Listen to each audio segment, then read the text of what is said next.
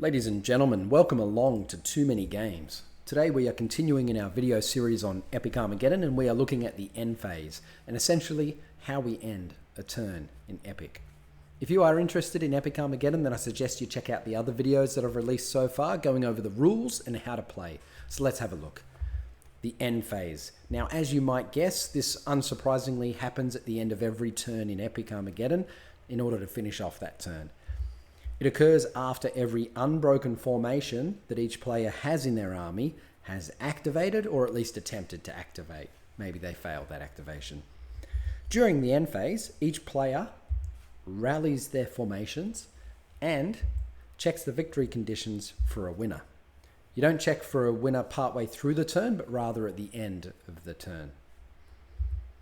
Okay, so we have another quick FAQ to start us off in this video around the end phase. What is the order of events that happen in the end phase? And the answer to this, if alternating, the player with the higher strategy rating chooses who will go first. Step 1, aircraft make disengagement moves, and that's simultaneous.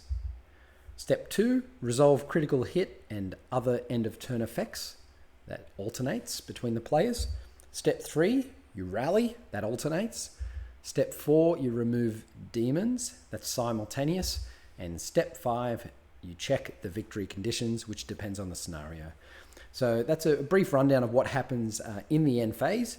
You won't have to worry about some of these for now, as they are either army specific or come up in other special rules or additional rules or certain situations. But it's here just for reference for you for the future if you need this information. So let's have a look at rallying formations. So this is where we regain control of our formations, hopefully. So in the end phase, players take turns to rally their formations. They will try and rally any formation that either has blast markers on it, no matter how many blast markers it has, or a formation that is broken.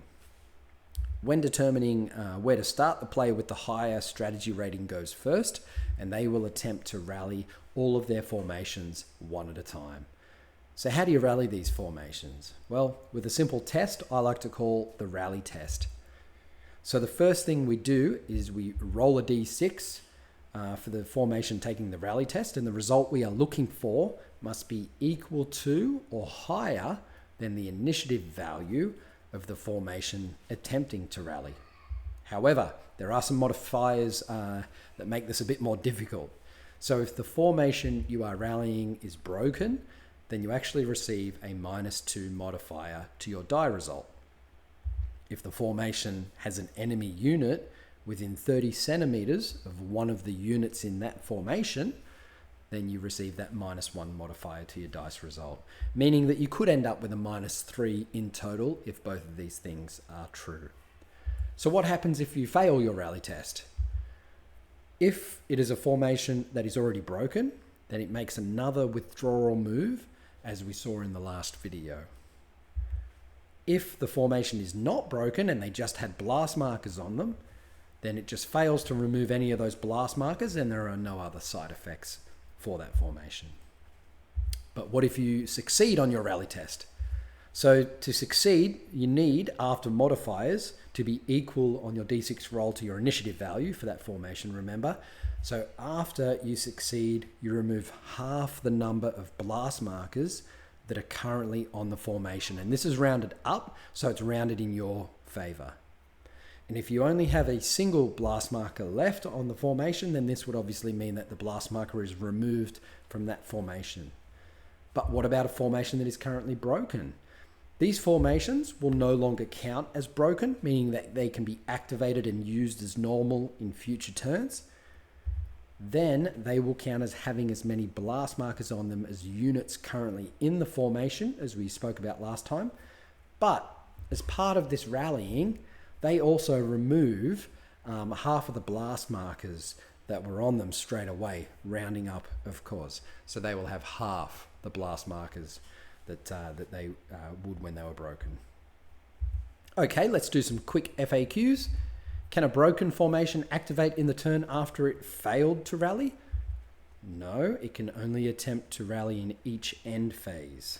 So just a reminder that a formation that is still broken will do nothing during a turn except attempt a rally in the end phase. Next up, can a broken formation that failed to rally make a withdrawal move in the end phase if it already made a withdrawal move in the action phase when it broke? And the answer is yes. So there is no hard limit on too many withdrawal moves, so to speak. Just make them as instructed. One last FAQ.